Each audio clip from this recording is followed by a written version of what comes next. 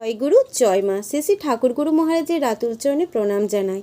তো আসতে চলেছে জন্মাষ্টমী। তো এবছর 2024-এর জন্মাষ্টমী তিথি কবে পড়েছে, তো সেগুলি জানতে থাকুন এই ভিডিওটি শুরু করার আগে আপনাদের সকলের কাছে ছোট্ট একটি অনুরোধ, ভিডিওতে আমরা ছোট্ট লাইক করবেন এবং চ্যানেলে যদি নতুন হয়ে থাকেন চ্যানেলটি অবশ্যই সাবস্ক্রাইব করবেন। এবছর জন্মাষ্টমী শুরু হচ্ছে 25শে আগস্ট 2024 রবিবার রাত্রি 3:40 অষ্টমী শুরু হচ্ছে এবং 26শে আগস্ট সোমবার রাত 2:20 পর্যন্ত অষ্টমী থাকবে। তো আপনারা সোমবার দিন অষ্টমী পালন করতে থাকুন, অর্থাৎ 26শে আগস্ট। তো এই জন্মাষ্টমী কিভাবে পালন করবেন এবং জন্মাষ্টমী পালনের যে সমস্ত মন্ত্র রয়েছে, তো সমস্ত বৃত্তান্ত আপনারা এই ভিডিওতে জানতে থাকুন। ভাদ্র মাসে কৃষ্ণপক্ষের অষ্টমী তিথিতে ভগবান শ্রীকৃষ্ণ জন্মগ্রহণ করেছিলেন। দাপর যুগের শেষ দিকে মথুরা নগরীতে ওনার জন্ম হয়েছিল। সেই সময় আসরিক ও পাশবিক শক্তি পৃথিবীকে গ্রাস করতে উদ্যত হয়েছিল। তা থেকে মানবজাতিকে রক্ষা করতে ভগবান শ্রীকৃষ্ণের জন্ম হয়। অনেকে একে আবার বলেন কৃষ্ণা অষ্টমী, গোকুলা অষ্টমী, অষ্টমী রোহিণী অথবা শ্রীকৃষ্ণ জয়ন্তী। তাই প্রতি বছর আগস্ট সেপ্টেম্বরের মধ্যেই জন্মাষ্টমী পালিত হয়ে থাকে। আর ভগবান শ্রীকৃষ্ণ ছিলেন দেবকী এবং বাসুদেবের অষ্টম সন্তান। তাই পণ্ডিতদের একাংশের মতে তিনি খ্রিস্টপূর্ব 3228 সালের 18ই জুলাই তিনি জন্মগ্রহণ করেছিলেন।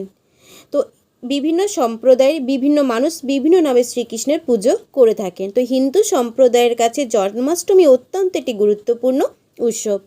নানাভাবে এই উৎসব পালন করা হয়ে থাকে। তো ভগবান শ্রীকৃষ্ণের আবির্ভাব উপলক্ষে ভক্তদের অনেকে মধ্যরাত্রি পর্যন্ত নির্জলা উপবাস ব্রত পালন করেন।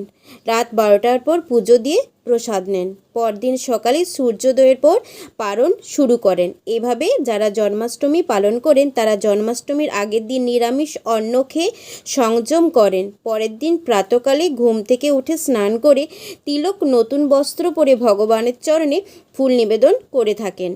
জন্মাষ্টমীর উপবাস থেকে হরিনাম জপ, কৃষ্ণ লীলা শ্রবণ, ভগবানকে দর্শন, ভক্ত সঙ্গে হরিনাম কীর্তন, অভিষেক দর্শন করতে হবে এবং ভগবানকে অভিষেক করে একাদশীর দিনের মতো অনুকল্প প্রসাদ সেবন করতে হবে। জন্মাষ্টমী ব্রত পালনের জন্য উপকরণ হিসেবে ফুল, আতপ চাল, ফলের নৈবেদ্য, ফুল, তুলসী পাতা, দূর্বা, ধূপ, দীপ, পঞ্চগুড়ি, পাট, বালি, পঞ্চবর্ণের গুঁড়ো, মধুপর্কের বাটি, আসন, অঙ্গুরি সব কিছু নিতে হবে। এই দিনে উপবাস থেকে উপকরণগুলি দিয়ে শ্রীকৃষ্ণের পুজো করতে হয়। একটি শান্ত ও কোলাহল মুক্ত স্থানের প্রয়োজন হয়। স্থানটি পরিষ্কার পরিচ্ছন্ন করে রাখতে হবে এবং পুজোর জন্য স্নান সেরে রাখতে হবে। ভগবান শ্রীকৃষ্ণের একটি ছবি অথবা মূর্তির সঙ্গে গণেশ মূর্তিও স্থাপন করা হয়ে থাকে। পাশে রাখতে হবে প্রদীপ, ধূপ, দীপ, মিষ্টি ও ফল অন্যান্য সাধ্যমতো থালায় সাজিয়ে ভগবান শ্রীকৃষ্ণকে নিবেদন করতে হবে। তো ভগবান শ্রীকৃষ্ণের যে সমস্ত প্রিয় খাবারগুলি সেগুলি হচ্ছে বিভিন্ন জাতীয় খাবার, মালপোয়া, তালের বড়া, ক্ষীর, রাবড়ি, মালাই, যেগুলি ভগবান শ্রীকৃষ্ণের অত্যন্ত প্রিয় খাবার, অর্থাৎ দুগ্ধজাত খাবারগুলি। সেই সঙ্গে সঙ্গে শ্রী গণেশের প্রার্থনাও করতে হবে।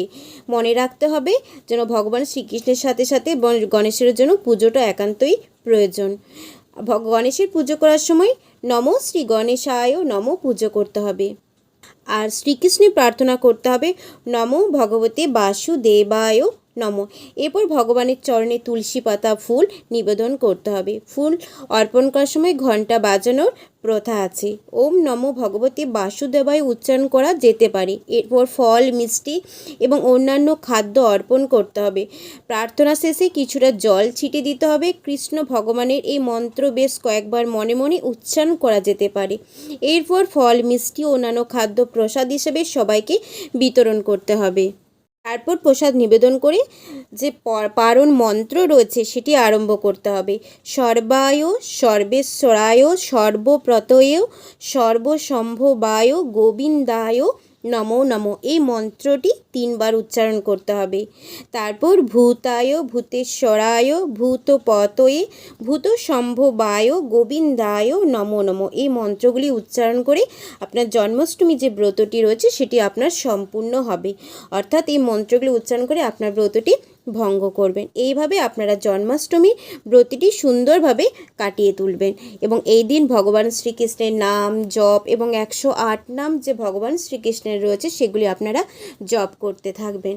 এভাবে আপনারা সুন্দরভাবে জন্মাষ্টমী তিথিটি পালন করুন। আর